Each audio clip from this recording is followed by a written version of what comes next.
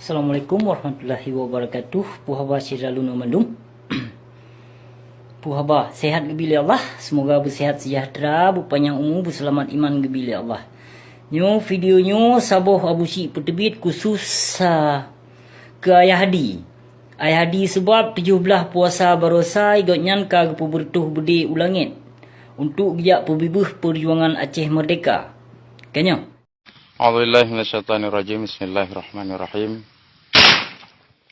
Dengan izin Allah, nibak uronyo bermakna insyaallah Allah kagebi kesempatan kepada gedanyo bahwa 17 Ramadannya merupakan bertanda sebagai tanda bukti kebesaran Allah.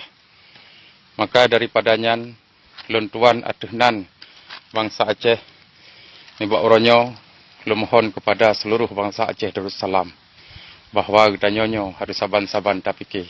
Nyan bunadu tepu sira mentuah bah baik sampo terpengaruh dengan isu haba mameh perjuangan Aceh Merdeka.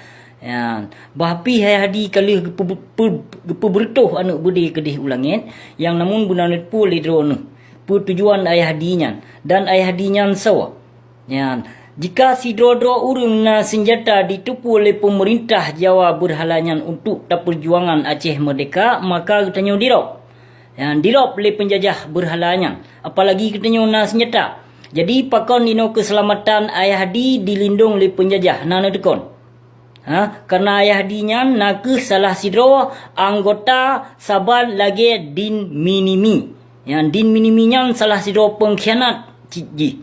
Yang sidin sarmi haram jadah yang dilindung oleh bin, yang ji haram jadah yang anak bui je lon kun laju ji yang kau anak manusia anak bui yang karena apa kau lon pegah karena ji urung perampok ji yang sidin minimian perampok ji yang awak perampok ji awak puplung senjata gop yang sidin minimian lon depu ji jadi baik sampo ji no urung drone siram tuah baik sampo terpengaruh dengan Ayah Hadi yang kalih ke bertuh anak bede kedih ulangit.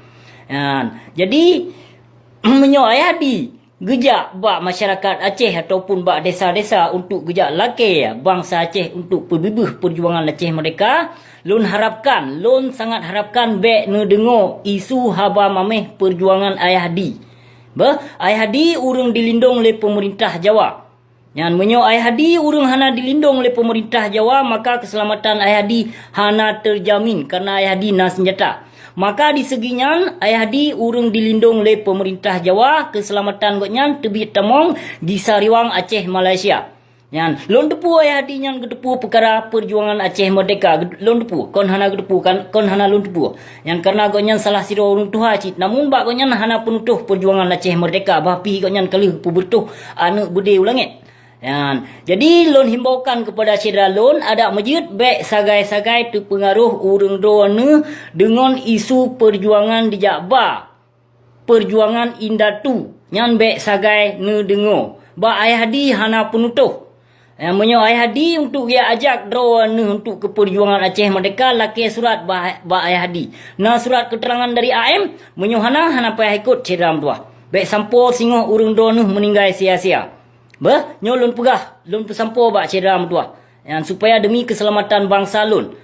Ayah Hadi nyan tujuan pulain saban cit bacut saho lagi din minimi. Singoh menyo urung don ikut dalam perjuangan AM maka urung don singoh gepetunyok le Ayah Hadi.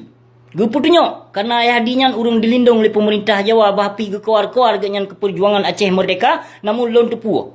Yang lon tepu syiram tuah baik sampo singoh terpengaruh urung don tepu daya dengan haba-haba mameh perjuangan Aceh Merdeka. Baik cedera lun, baik. Yang hana payah ikut menyo Ayah Hadi ke ajak masyarakat mesti pegah ba Ayah Hadi jak drone Ayah Hadi. Jak drone. Yang baik sagai-sagai terpengaruh dengan haba mameh Ayah Hadi. Urung drone syiram tua.